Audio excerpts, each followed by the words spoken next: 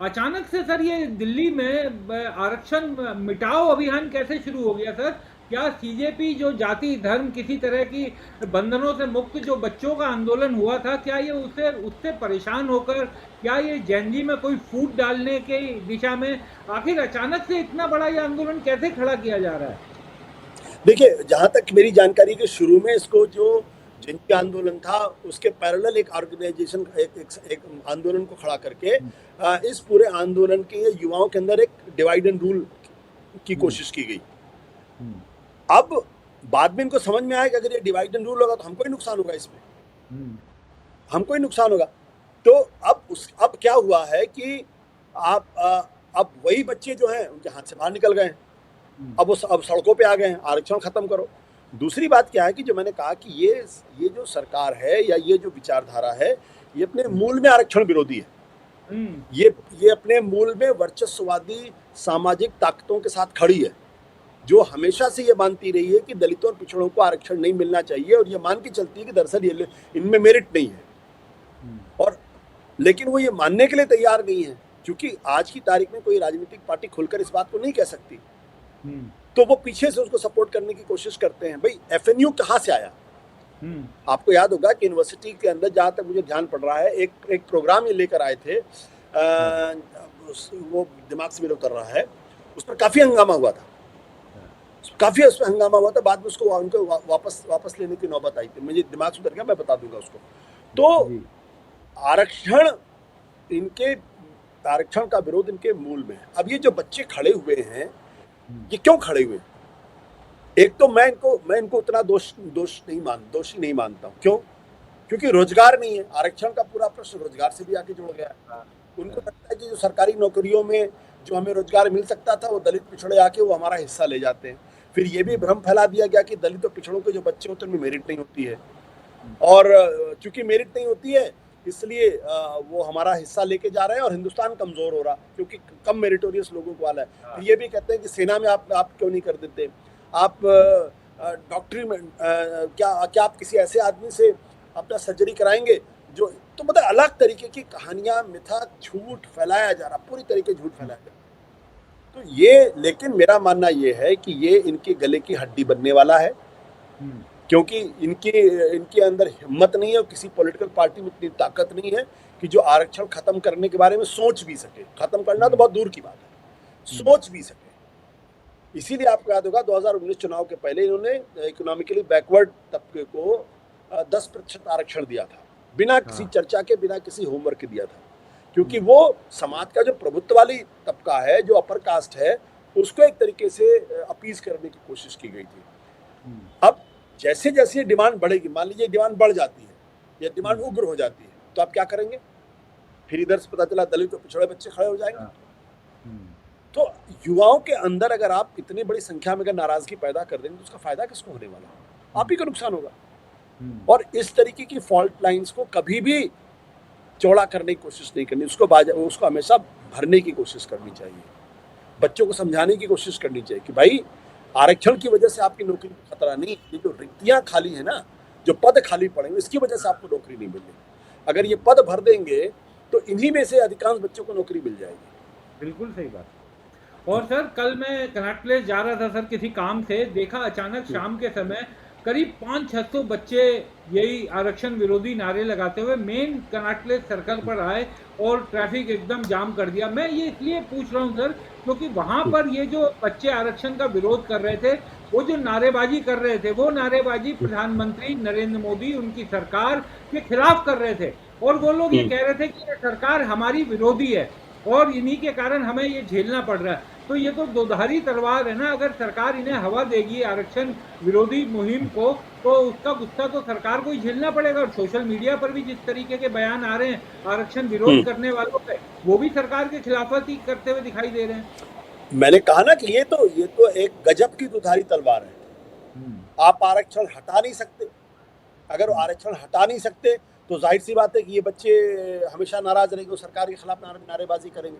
देखिए, हम्म, यूजीसी का मामला भी तो उठा के देख लीजिए ना। यूजीसी की जो बिल्कुल। गाइडलाइन आई थी, जिसमें हम्म, ऐसा कुछ भी नहीं था जिसकी वजह से किसी को नाराज होना पड़े, लेकिन हम्म, चूंकि आपने इतना ज्यादा आइडेंटिटी पॉलिटिक्स कर दी है, धर्म आधारित राजनीति कर दी है, और कुछ तबके विशेष को इतना अपने डिस्क्रेडिट करने की कोशिश की गई है कि उन बच्चों के दिमाग में ये हो गया कि अगर ओबीसी तबके के किसी आदमी के पर अगर ये जो पूरा का पूरा मामला है वो अपर कास्ट विरोधी है, जबकि वो अपर कास्ट विरोधी नहीं है। भाई समाज के अंदर चाहे दलित हो चाहे पिछड़े हो, उनको जाति सूचक शब्दों के द्वारा उनको अपमानित करने का काम अगर कोई कर रहा है तभी तो आपके खिलाफ कार्रवाई होगी ना।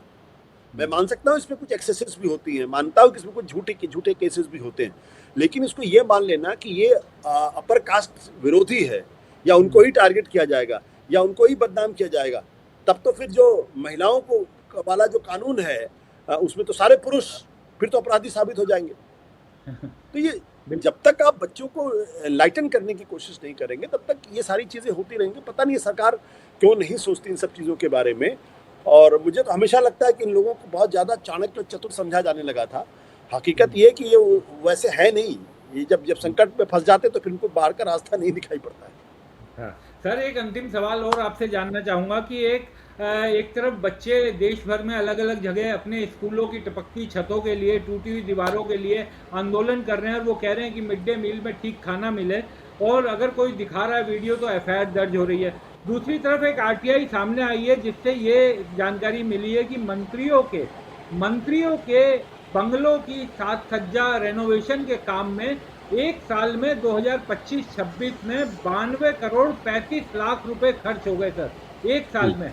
और ये ऐसा नहीं है कि इसी साल खर्च हुआ पैसा, 2014 से लगातार जो डाटा है वो भी सामने आया, तो 2014 से 19 के बीच हर साल 27 करोड़ खर्च हो रहा था, फिर 50 करोड़ हुआ 5 साल 19 से 24, और अब सीधा 92 करोड़।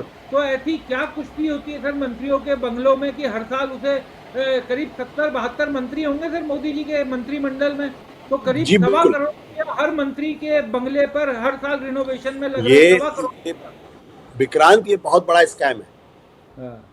आप मंत्रियों को छोड़ दीजिए, अगर आप सांसदों का भी उठा के देख लेंगे, हर साल पीडब्ल्यूडी के मिनिस्टर्स के लोग जाते हैं, सांसद महोदय को समझाते हैं, उसके बाद उनके घर का रेनोवेशन होता है फॉर नो रीजन। हम तो अपने घर में रेनोवेशन 10 साल में नहीं करा पाए, सोचते भी नहीं, व्हाइट वॉश थोड़ा हो जाए, कहीं सफाई हो जाए तो अच्छा है, कहीं जाले वाले लगे उनको ठीक करा लेते हैं। ये जो सांसदों के जो बंगले हैं, जो मंत्रियों के बंगले हैं, इनमें हर साल रेनोवेशन की कोई जरूरत ही नहीं है। इनमें आवश्यकता से ज्यादा एसी लगे हुए हैं, आवश्यकता से ज्यादा एसी लगे, आवश्यकता से ज्यादा बिजली का कंजम्पशन वहां पे हो रहा है, और हर साल कभी फर्श के नाम पे होता है, कभी सोफे के नाम पे होता है, कभी पलंग के नाम पे होता है, कभी पर्दों के नाम पे होता है, जो आराम से अगले 3 साल 4 साल चल सकते हैं, उसके नाम पे किया जाता है। तो ये जो लग्जरी है ना, अब अमेरिका के अंदर देखिए, अमेरिका में जो सांसद आते हैं उन सांसदों के लिए कोई बंगले वहां नहीं दिए गए उनको। आप वाशिंगटन डीसी में आइए, आप अपना किराया मकान लेके रहिए, उसमें थोड़े बहुत जो आपको स्टाइपेंड वगैरह है वो मिलती होगी आपका ऑफिस चलाने के लिए, क्लर्क के लिए, इन सब चीज़ों के लिए, लेकिन आपको अपना घर बनाना पड़ता है, आपको अपना किराए पे लेना पड़ता है। हम क्यों भारत की जनता क्यों इन सांसदों को इतना देती है? ज़्यादा से ज़्यादा आप फ्लैट सिस्टम कर दीजिए, 2 कमरे के फ्लैट में रहिए आराम से, क्या दिक्कत है आपको? भाई आप साल भर तो यहाँ रहते नहीं है, लेकिन सबको बंगले मिले हुए, सब बंगलों में रहते, जो कि दिल्ली के अपने सांसद हैं, वो भी बंगले लेके बैठे हुए हैं। आप सोचिए, मैं नाम नहीं लेना चाह रहा, तो आप जानते हैं अच्छी तरीके से, और फिर उसके लिए सुप्रीम कोर्ट तक चले जाते हैं लड़ने के लिए कि हमको कैटेगरी 7 कैटेगरी 8 का हमको बंगला चाहिए क्योंकि मेरा एंटाइटलमेंट है। तो जब इस तरीके की मानसिकता है, इसलिए मैं सिर्फ नरेंद्र मोदी सरकार को जिम्मेदार नहीं मानता हूँ। 92 करोड़ रुपए अगर आप ध्यान से देखें कोई बहुत बड़ी रकम नहीं, लेकिन ये वो मानसिकता है। पहली बात कि सांसदों को अलग से बंगले नहीं मिलने चाहिए, इतने बड़े बड़े लॉन्स हैं वहां पे, आप सोचिए उसका कुछ और उपयोग हो सकता है। बाकायदा यहाँ पे फ्लैट सिस्टम बनाना चाहिए, 2 कमरे का फ्लैट या 3 कमरे का फ्लैट, जिसमें अगर चलिए मान लीजिए कि 1 कमरा, 2 कमरे आप अपने लिए रख लीजिए, 1 कमरे में जो जनता आती है, जिन आपको पब्लिक उसके लिए कर लीजिए, और बाकायदा इसकी ऑडिटिंग होनी चाहिए कि आपने जो अपने घर के अंदर जो तब्दीलियां कराई हैं, क्या उसकी कोई ज़रूरत भी है, ज़रूरत नहीं है, क्योंकि इसमें मंत्री महोदय का भी पैसा बनता है, इसमें सांसद का भी पैसा बनता है, इसमें जो इंजीनियर है उनका भी पैसा बनता है, सब मिल बांट के खाते हैं इसको अच्छी तरीके से खाते हैं। तो मैं इन प्रिंसिपल ये जो बड़े बड़े बंगलों हैं सांसदों को देने के सख्त खिलाफ हूँ। मैं जो बड़े बड़े बंगले जो मंत्रियों को उनको देने के खिलाफ हूँ। मेरा मानना ये कि सुरक्षा एक मुद्दा है, लेकिन उस सुरक्षा का भी बाकायदे से थ्रेट असेसमेंट होना चाहिए। और इतने बड़ी पैमाने पर जो लोगों को Z+ कैटेगरी की सुरक्षा मिली हुई, Z वाली सुरक्षा मिली है, तो इसका भी असेसमेंट होना चाहिए कि उनको अपनी कारगुजारियों की वजह से उनकी सुरक्षा को खतरा है, या राष्ट्र के लिए कोई काम करे तो उसकी सुरक्षा। ये सब पैसा जो फालतू का पैसा है। और अभी आज ही मैंने एक बड़ी अच्छी स्टोरी पढ़ी, मुंबई के एक कोई जस्टिस है, कोई जज हैं, जिन्होंने कहा कि भाई कुंभ पे जितना पैसा आप खर्च करते हैं, अगर उसका 0.1% में आप कर लें तो 100-150 स्कूल जो है वो बेहतर हो जाएंगे या नए बन जाएंगे। बिल्कुल सही तो बात। जब हमारी प्रायोरिटीज ही लॉपसाइडेड है, सरकार की सोच सिर्फ दिखाने की है, और हमारे जो मंत्री सांसद महोदय लोग हैं वो पूरी तरीके से सिर्फ अपने बारे में सोचते हैं, तो आप ये सारे जो फालतू के खर्चे हो रहे हैं वो होंगे। भाई किसी ये क्यों चाहिए भाई आपको PSO? किसी पत्रकार को PSO क्यों चाहिए, जरा बताइए मुझे। कौन सा आपने काम कर दिया जिसकी वजह से आपकी जान को खतरा है? लेकिन आजकल देख ले बड़े बड़े जो सो कॉल्ड पत्रकार PSO लेके घूमते हैं। बिल्कुल। जो MLA मामूली, आप तो अच्छी तरीके से जानते हैं कि MLA और MP खुद अपने ऊपर हमला करवा के वो सिक्योरिटी लेते हैं, क्योंकि उनका जो जलवा है वो बरकरार रहे। खुद अपने खिलाफ चिट्ठियां लिखवाते हैं। तो ये बड़ी जो समस्या है ना, ये उसका एक छोटा सा बिंदु है। तो सवाल 93 करोड़ का नहीं है। सवाल ये, क्या आपको जरूरत थी तब वो खर्च हुआ, या सिर्फ एक बड़े स्कैम का हिस्सा? बिल्कुल सही बात। उसमें साज सज्जा पे पैसा भी खर्च हो रहा है और दोनों ही चीजें हैं सर। करप्शन तो उसमें बिल्कुल इन्वॉल्व है ही। बहुत बहुत शुक्रिया आशु सर, आप जुड़े, चर्चा में शामिल हुए। Thank you.